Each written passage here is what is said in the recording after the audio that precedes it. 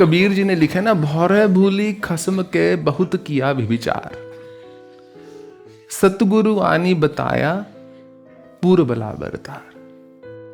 जब तक मनुष्य की भक्ति में व्यभिचार है, तब तक उसकी आंखों से आंसू नहीं गिर सकते।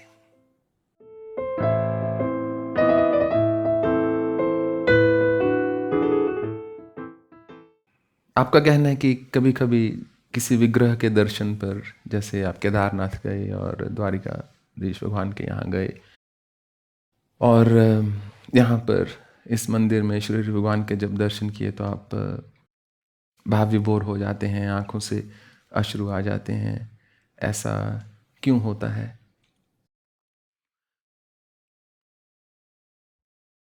ऐसा भाव के कारण होता है, भक्ति के कारण होता है। और ये भी मनुष्य को विचार करना चाहिए कि कौन से अश्रु हैं,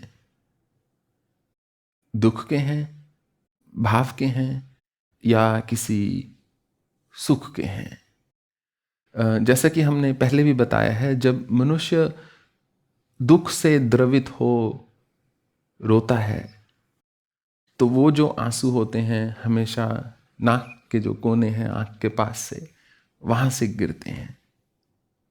और इसमें ना जाने ऐसा क्यों है, पर टीयर डक्ट तो यहीं पर है शायद। मैं I am not an optometrist या जो भी स्पेशलिस्ट होते हैं, आई स्पेशलिस्ट, बट पर क्यों ऐसा होता है कि वो आंखें इस तरफ से भरती हैं मनुष्य की? वो हमेशा जो आंसू हैं यहां से गिरेंगे। जब मनुष्य कभी ऐसा नहीं कि बहुत अपने दुख में रो रहा है, वैसे कहीं ना कहीं थोड़ी वेदना है हृदय में, उसके चलते हुए रो रहा है, तो थोड़ा सा बीच में से गिरते हैं आंसू। परंतु जब वो भावपूर्ण भक्तिपूर्ण अश्रु जो हैं, दृग्बिंदु जो हैं गिर रहे हैं, तो आंखों के बाहरी कोने से गिरते हैं।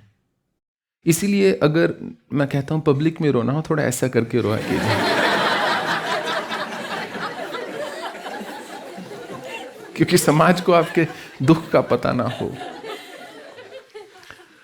वो पत्नी ने डिवोर्स के लिए फाइल किया, तो पति ने कहा कि क्यों दे रही हो मुझे तुम डिवोर्स, क्यों तुली हुई हो, हम जैसे तैसे करके गुजारा कर लेंगे। वो कहती नहीं, मुझे डिवोर्स चाहिए। जज के पास केस पहुंच जाता है, तो जज कहता है कि क्या कारण है, क्यों चाहिए डिवोर्स? तो पत्नी ने कहा, ये मेरे साथ बिल्कुल भी लॉयल नहीं है, मैं इसलिए इनसे तलाक चाहती हूं। पति ने कहा, ये इनके मन की भ्रांति है, कोई इनके पास सबूत नहीं है, कुछ ऐसा बात नहीं है, मुझ पर व्यर्थ शक करती रहती हैं, ऐसी कोई बात ही नहीं है। पत्नी ने कहा, ये हर दूसरे दिन नींद में से उठ जाते हैं हड़बड़ाकर और कहते हैं अब मुझे घर चलना चाहिए।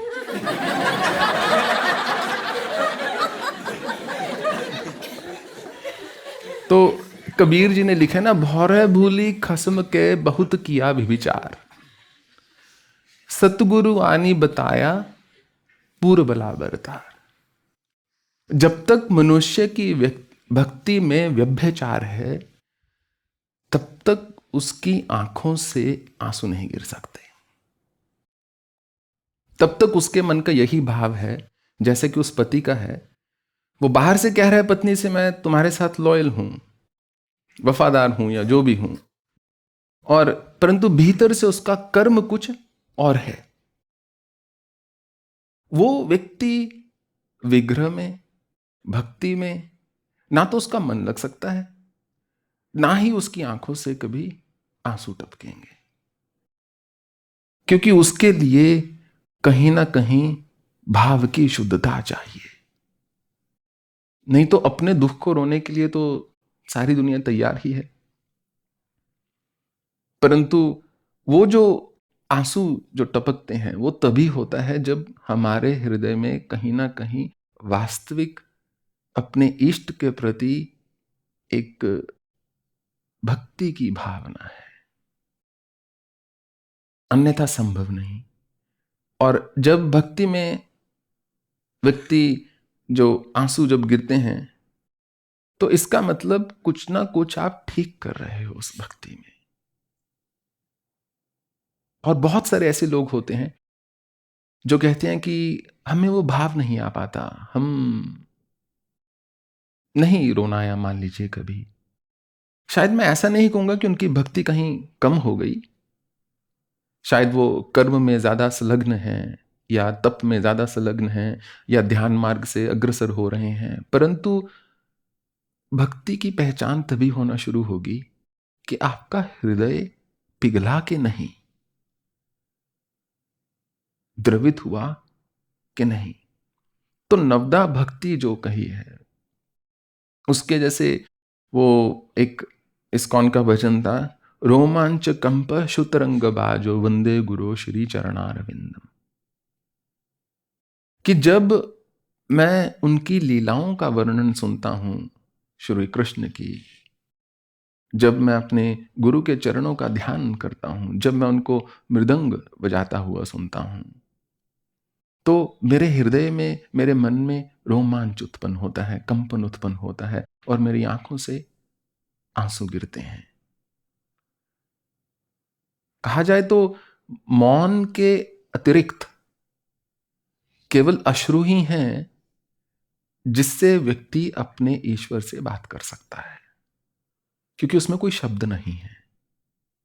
मौन तो मन में रह गया, परंतु अश्रु ऐसे होते हैं जो आपने अपने अपने इंद्रियों से व्यक्त कर दिए। उस क्षण में, उन क्षणों में आप में और आपके इष्ट में कोई अंतर ना रह गया, क्योंकि वो जो एक अहंकार का भाव था, ईगो जिसने रोक रखा था अपने आप को व्यक्त करने में, वो पीछे हट गया और अब आप निर्मल हो रहे हैं, जैसे जैसे अश्रुपूर्ण हो रहे हैं। तो ये एक बहुत अच्छी ही बात है, ऐसा हमारा मानना है।